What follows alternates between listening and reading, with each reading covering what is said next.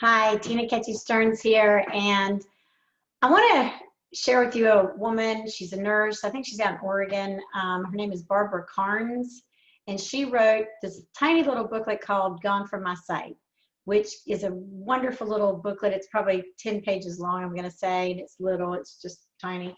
That is a really great tool for helping families prepare for what will likely happen as your loved one nears end of life.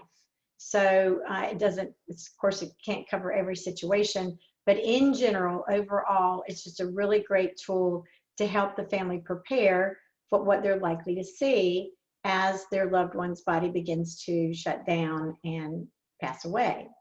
And she was on a webinar. She did a webinar about a week ago that I watched, and she was talking about several things, but one of the points I wanted to talk about today is feeding tubes and how when the body is shutting down, it really isn't working right. It's not absorbing right.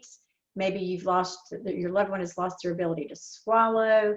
So as the body is shutting down, it just isn't working the way it normally does when it's active and alive and you're exercising and eating and all that kind of thing. So if a family suggests, well, maybe we could do a feeding tube since you can't swallow any longer, I really want you to talk very sincerely with your medical professionals as you're considering that option for your loved one. And I know as hard as it is to not want to do something nurturing, and food and nutrition is a nurturing kind of thing.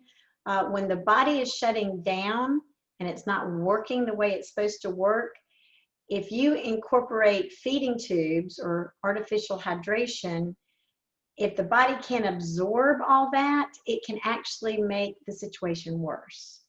You've probably heard stories, or you may know a loved one where the loved one that is dying, their body actually starts to swell, and that's because their body isn't able to absorb what's being forced into it. So this is such a hard topic. It's very emotional. I so respect that. But if that is your situation and you're considering a feeding tube or artificial hydration or nutrition, either one, really have a heart-to-heart with your doctor, with the hospice that's involved, if there is a hospice involved, and educate yourself on, is that going to really help them be more comfortable, or could it potentially make the matter worse? And I know it's just such a hard topic. So my heart goes out to you if you are faced with that situation, but it's a really important thing for you to understand the pros and cons of before you make any decisions. So please certainly reach out to me if you have any questions about that. I really recommend you Google Barbara Carnes, K-A-R-N-E-S. And if you haven't ever read that little book she's done, Gone From My Sight, sorry. It's a really, really lovely little book, and I recommend it. And of course, she's written other books, but that little tiny booklet on what you might expect at the end of life can be really, really helpful. All right, I hope that was helpful. I hope you guys are enjoying November so far, and I will see you next week. Bye.